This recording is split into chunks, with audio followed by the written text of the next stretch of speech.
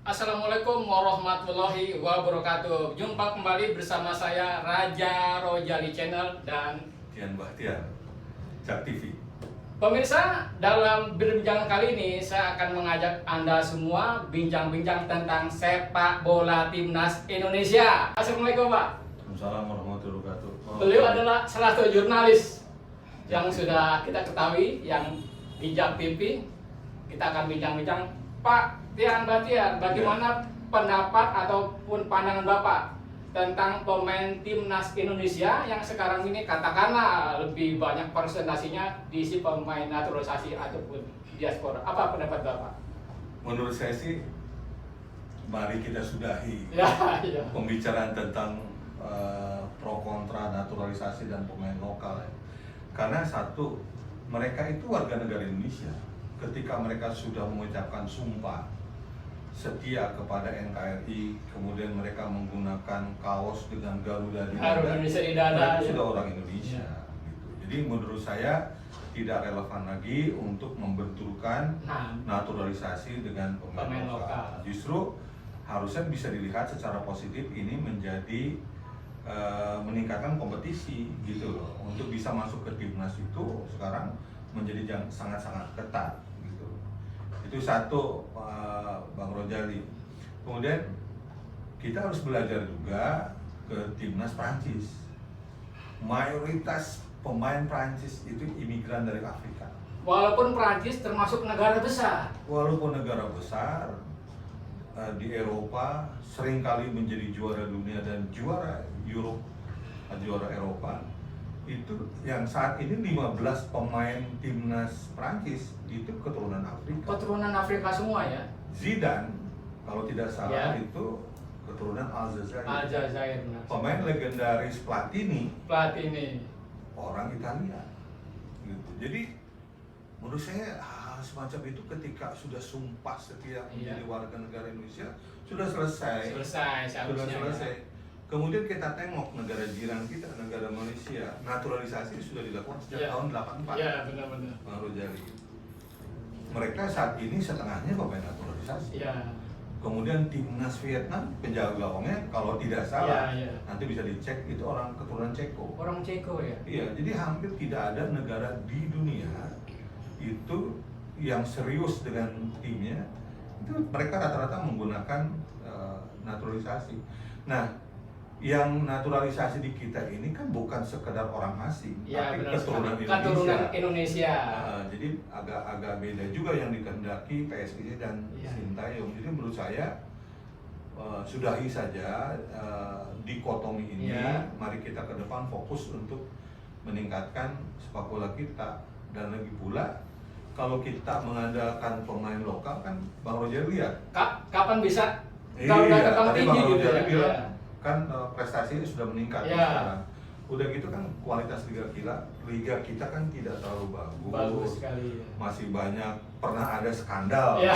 tempo hari ya, pengurusan yang lama itu skandal skor dan sebagainya gitu. Jadi jangan kemudian kan bilang kita ini punya penduduk 250 juta atau sekian ratus juta. Kan yang main bola nggak sebanyak itu. Iya, benar. Ya kan? Yang nggak main bola nggak sebanyak itu. Jadi gitu Bang Roger. Menurut saya Ya. selesailah itu, tidak perlu lagi diperdebatkan. Dan tidak perlu lagi dibentur-benturkan. Nggak usah. Selama merah putih ada di dada, Iya. mau membela timnas Indonesia, Iya. justru kita dukung. Ya kan kalau seandainya memenuhi kualifikasi, contohnya di Rizky Ridho kan masuk. Iya, benar-benar. Ya, Marcelino masuk. Masuk. Jadi kan yang penting memenuhi kualifikasi sesuai dengan keinginan pelatih, akhirnya bisa terpilih juga Bang Rojali. Dan satu lagi, ada kebanggaan ketika pemain dipanggil ke timnas Indonesia. Tidak ada lagi alasan sakit perut atau masih di kampung gitu. Ketat sekarang. Ketat sekarang Iya. ini. Dan yang main di kita, yang masuk itu pemain-pemain yang masuk di Liga Eropa. Grade A lah katakan Grade ya. A, gitu. Jadi bukan kaleng-kaleng. Jadi Bang. tidak asal comot-comot gitu. Nah. Atau apalagi kan apa menitipan gitu. Itu Iya, kan ya benar. nggak ada lagi. Bang, diminum Bang. Oke. Ya.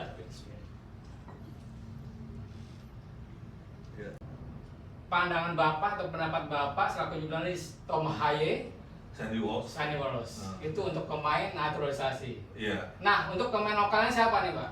Ya, kapten kita tuh Rizky Ridho, Marcelino. Iya, yang lain juga oke. Oke sih gitu. sebetulnya. Cuman taktik kesempatan yang dijalankan oleh pelatih ya. Iya, iya.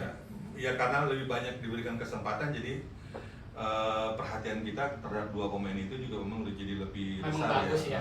Bagus. Nah, di era Sintayong banyak katakanlah entah pengamat atau bahkan mungkin orang yang tidak mengerti get out Sintayong. Iya, iya. Nah, menurut Bapak sendiri selaku jurnalis, pelatih terbaik yang pernah menangani timnas Indonesia ataupun sedang menangani timnas Indonesia itu siapa, Pak? Iya, kalau prestasi, kalau parameternya Ya. prestasi ya Sintayong ya. Tidak perlu dipungkiri ya. Iya. Saya lihat juga ada pengamat yang memang selalu negatif gitu Iya, kan, benar-benar. terhadap Sintayong. Ya itu sah-sah aja. Sah-sah aja ya, Bagus juga ya. supaya ada kritik. Nah, gitu. benar-benar. Bagus juga menurut saya sih, jangan semua suaranya sama. Biar ada balance lah ya. Balance, harus ada kritik ya. Jadi jangan dibungkam, apalagi jangan dilempar. Nah, benar. Disuruh turun panggung jangan juga. Kita penting juga orang yang berbeda pendapat. Jadi nggak ramai gitu suasananya. Harus supaya ada balance-nya gitu ya. Gitu Bang Ya. Rojali. Nah, sekarang kita sudah masukin ronde 3 nih. Apa tuh Bang? Timnas Indonesia berada di katakanlah grup neraka lagi ya. Iya, iya. Ada Jepang, Arab, Cina, Australia, Iya. Bahrain. Nah, menurut Bapak selaku jurnalis, kira-kira kans atau prediksi timnas Indonesia bagaimana ke depannya? Terus terang kan saya bukan jurnalis olahraga. Iya, iya. Ya. Jadi sebetulnya yang muncul dari saya tuh harapan dan keinginan. Harapan dan keinginan. Seperti halnya di session atau fase sebelumnya juga kita kan tidak ada yang memprediksi secara optimis bisa lolos kan.